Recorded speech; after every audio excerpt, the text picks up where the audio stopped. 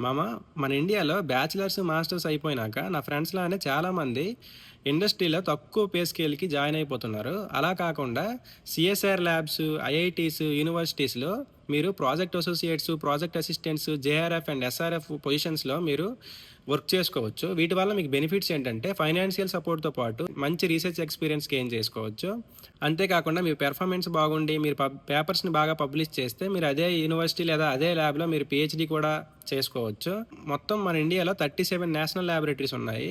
అందులో మన హైదరాబాద్‌లో ఐఐసీటీ అండ్ సీసీఎంబీలు ఉన్నాయి. అంతేకాకుండా పూణేలో ఎన్‌సీఎల్ పూణే ఒకటుంటది. ఈ 3 ఎవ్రీ మంత్ నోటిఫికేషన్స్‌ని రిలీజ్ చేస్తాయి.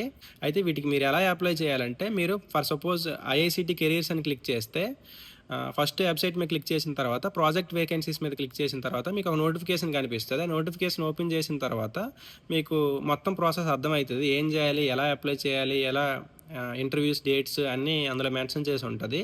సో, మీకు అర్థమైపోద్ది. అయితే ఈ సీఎస్ఆర్ ల్యాబ్స్ ఎన్ని రీసెర్చ్ ఏరియాస్‌ని కవర్ చేస్తాయంటే chemical science, physical science, biological science, biotechnology, engineering, material science, environmental science and and interdisciplinary strategic sciences such as nanoscience, nanotechnology and aerospace, public health ఇలా చెప్పుకుంటే చాలా అంటే చాలా రీసెర్చ్ ప్రోగ్రామ్స్ ఉన్నాయి.